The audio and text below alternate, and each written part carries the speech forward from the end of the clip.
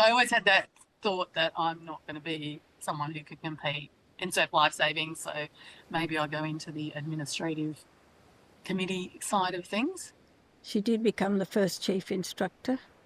There was one year there where I think she won best instructor, best club member and best patrol member or something all in the same year, which was sort of unheard of for a girl.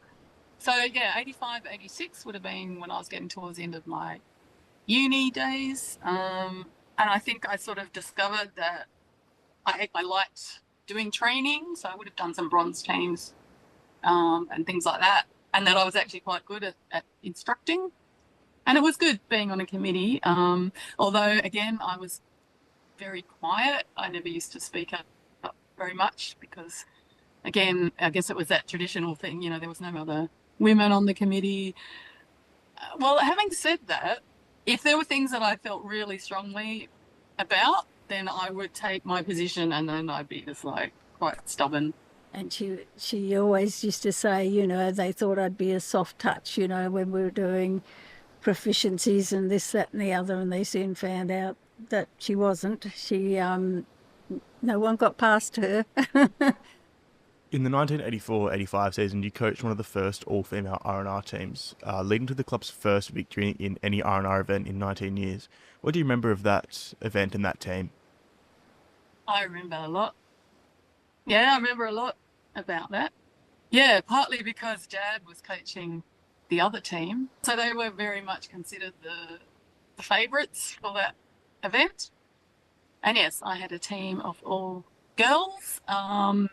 But my clearest memory of that was actually sitting down. I can remember before the final, sitting down with that group on the beach. And obviously I must have done, I don't know, did a good pep talk. But I do remember just saying to them that I thought they did have the capability to win and that no matter what, they were a really strong team and I was really, super proud of what we'd done the whole year. But I was just like, I actually think you can win this. I know no one else thinks you can, but I reckon you can do it. And I remember feeling, I reckon we've really nailed this.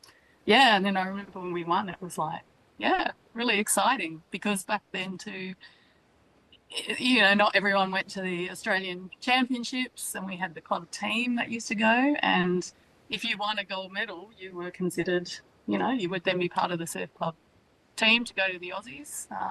So that was really exciting as well because that was the first time, again, that there was all the girls getting chances to actually compete at the Aussies.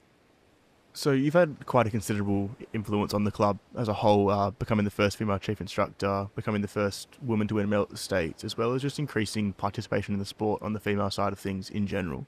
How do you feel about that?